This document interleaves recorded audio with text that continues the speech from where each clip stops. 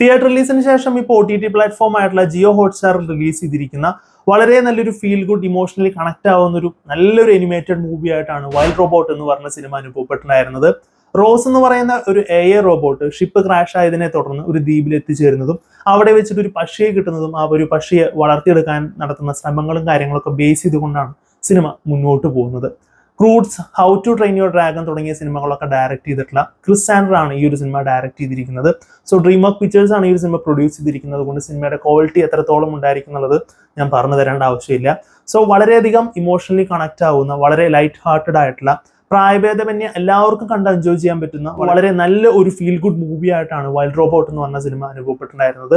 ഇതിന്റെ screen play ആണെന്നുണ്ടെങ്കിലും, ഇതിന്റെ അനിമേഷൻ ഡിപ്പാർട്ട്മെന്റ് ആണെന്നുണ്ടെങ്കിലും, മ്യൂസിക് ആണെന്നുണ്ടെങ്കിലും ഒക്കെ കിടിലനായിട്ട് തന്നെയാണ് അനുഭവപ്പെട്ടിട്ടുണ്ടായിരുന്നത്. സോ കണ്ടിട്ടില്ലാത്തവരാണ് നിങ്ങളെങ്കിൽ തീർച്ചയായിട്ടും കണ്ടു നോക്കേണ്ട നല്ലൊരു അനിമേറ്റഡ് മൂവി ആയിട്ടാണ് വൈൽഡ് റോബോട്ട് എന്ന് പറഞ്ഞ സിനിമ അനുഭവപ്പെട്ടിട്ടുണ്ടായിരുന്നത്.